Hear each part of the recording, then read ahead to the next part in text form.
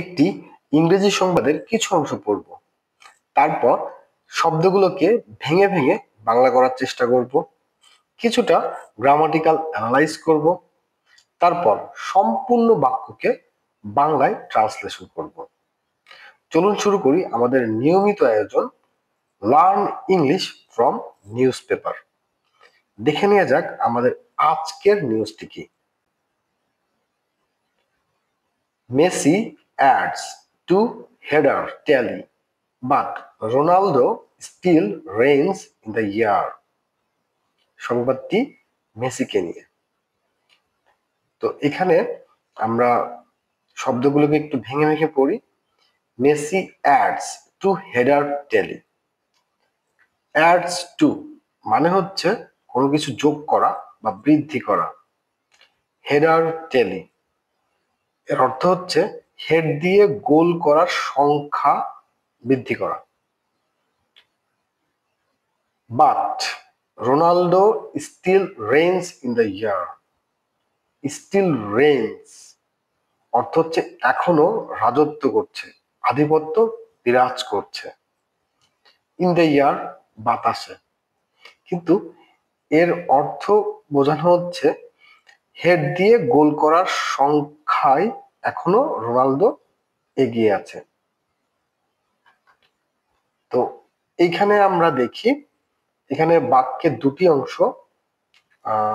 প্রথম অংশের সাবজেক্ট হচ্ছে মেসি, এর ভার্ব হচ্ছে অ্যাডস, আর বাদ বাকি অংশটুকু objects.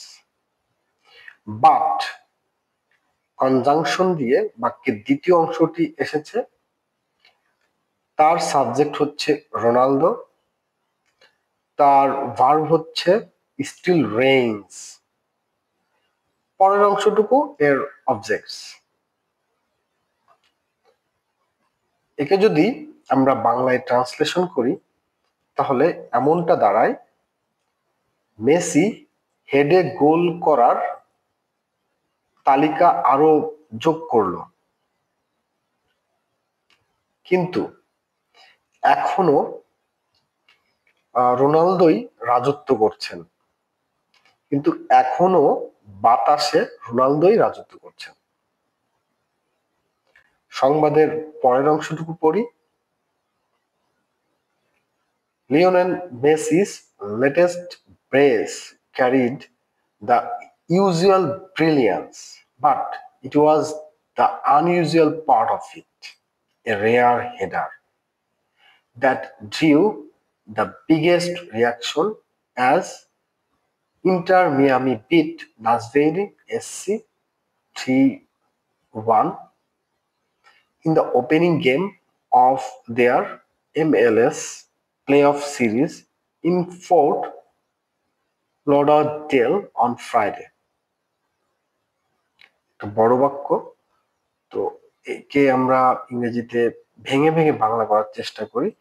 Lionel Messi's latest brace, এখানে ব্রেস শব্দের অর্থ হচ্ছে তার জোড়া গোল, এক ম্যাচে 2 গোল করাটা। Carried the usual brilliance, carried মানে হচ্ছে বহন করা, দ্য ইউজুয়াল ব্রিলিয়ান্স এর অর্থ হচ্ছে তার স্বভাব সুলভ ভাবে চমক দেওয়া, তার উজ্জ্বলতা। তো মেসি সে প্রতি ম্যাচেই তার ম্যাজিক দেখাবে, এটাই স্বাভাবিক। But it was the unusual part of it, কিন্তু এর একটা অস্বাভাবিক পার্ট ছিল। আনইউজুয়াল পার্ট অস্বাভাবিক। এ রেয়ার হেডার, রেয়ার অর্থ হচ্ছে দুর্লভ, সচরাচর হয় না, বিরল। একটা বিরল হেড দিয়ে গোল করা ছিল, এর একটা unusual part. Drew the biggest reaction, সবার নজর কাড়ে, সব থেকে বেশি প্রতিক্রিয়া টেনে আনে, এর অর্থটা এরকম। তারপরে পড়ি beat, Inter Miami beat Nashville, Inter Miami হারিয়েছে নাসভেলিকে in the opening game of their MLS playoff series.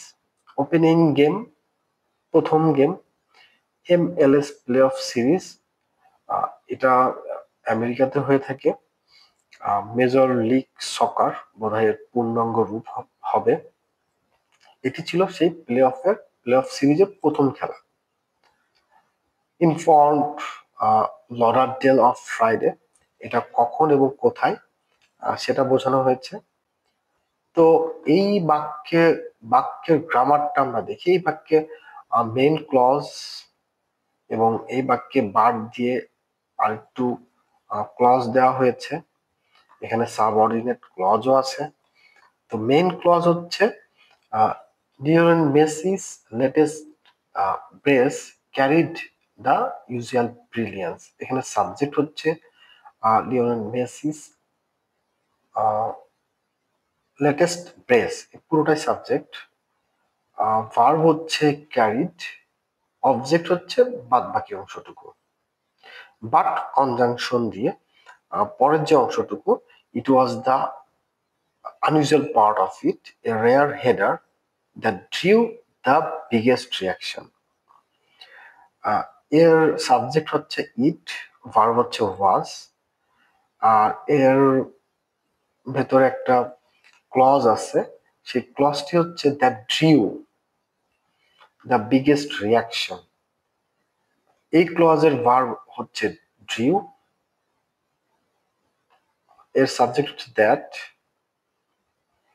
তো এর সাব অর্ডিনেট আরেকটি যে ক্লজ আছে সেটি হচ্ছে অ্যাজ ইন্টার মিয়ামি বিট নাসভিলি। তো এর সাবজেক্ট হচ্ছে ইন্টার মিয়ামি, ভার্ব হচ্ছে বিট, অবজেক্ট হচ্ছে এই বাক্যের বাদ বাকি অংশটুকু। তো এই পুরো বাক্যটিকে যদি আমরা বাংলায় অনুবাদ করতে যাই, তাহলে অনুবাদটি এমন হবে: লিওনেল মেসির সাম্প্রতিক জোড়া গোল ছিল তার স্বভাব সুলভ একটা চমক, কিন্তু এর একটা অস্বাভাবিক অংশ হচ্ছে একটি দুর্লভ হেড দিয়ে গোল করা। এর সবচেয়ে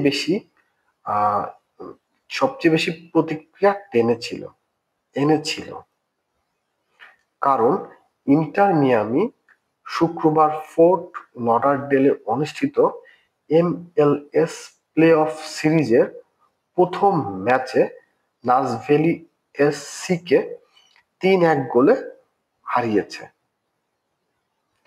তো আজকের আয়োজন এতটুকুই।